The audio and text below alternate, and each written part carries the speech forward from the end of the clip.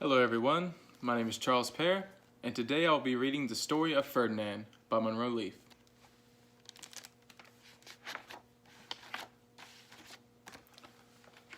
Once upon a time in Spain, there was a little bull and his name was Ferdinand. All the other little bulls he lived with would run and jump and butt their heads together.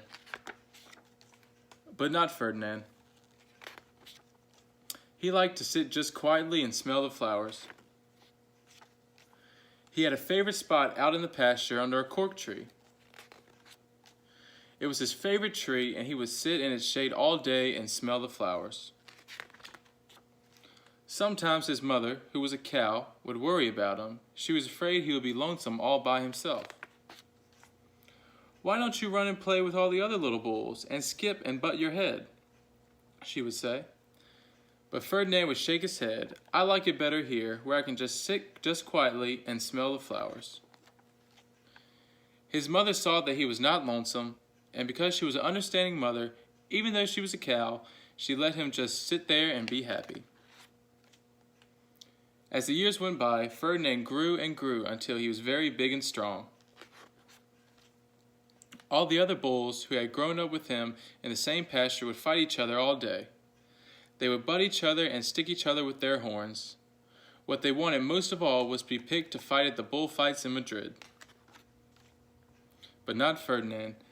He still liked to sit just quietly under the cork tree and smell the flowers. One day, 5 men came in very funny hats to pick the biggest, fastest, roughest bull to fight in the bullfights in Madrid. All the other bulls ran around snorting and butting, leaping and jumping, so the men would think they were very, very strong and fierce. Ferdinand knew they wouldn't pick him, and he didn't care, so he went out to his favorite cork tree to sit down. He didn't look where he was sitting, and instead of sitting on a nice, cool patch of grass, he sat on a bumblebee. Well, if you were a bumblebee and a bull sat on you, what would you do? You would sting him. And that is just what this bee did to Ferdinand. And wow, did it hurt. Ferdinand jumped up with a snort. He ran around puffing and snorting, butting and pawing the ground as if he were crazy. The 5 men saw him and they all shouted with joy. Here was the largest and fiercest bull of all, just the one for those bullfights in Madrid. So they took him away for the bullfight. What a day it was. Flags were flying, bands were playing, and all the lovely ladies had flowers in their hair. They had a parade into the bull ring.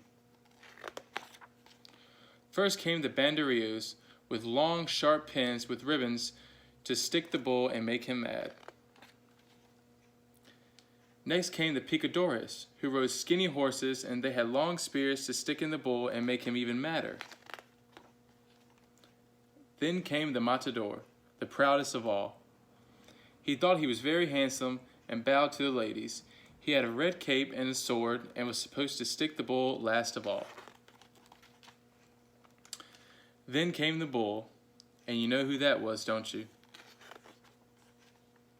They called him Ferdinand the Fierce, and all the banderillos were afraid of him, the picadores were afraid of him, and the matador was scared stiff.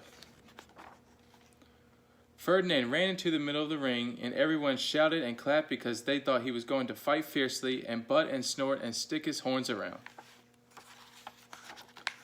But not Ferdinand.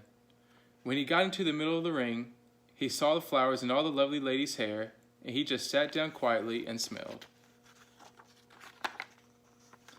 He wouldn't fight and be fierce no matter what they did. He just sat and smelled. And the banderillos were mad, and the picadores were madder, and the matador was so mad he cried because he couldn't show off with his cape and sword.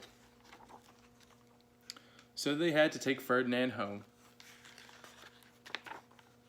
And for all I know, he is still sitting there, under his favorite cork tree, smelling the flowers just quietly. He is very happy. The end.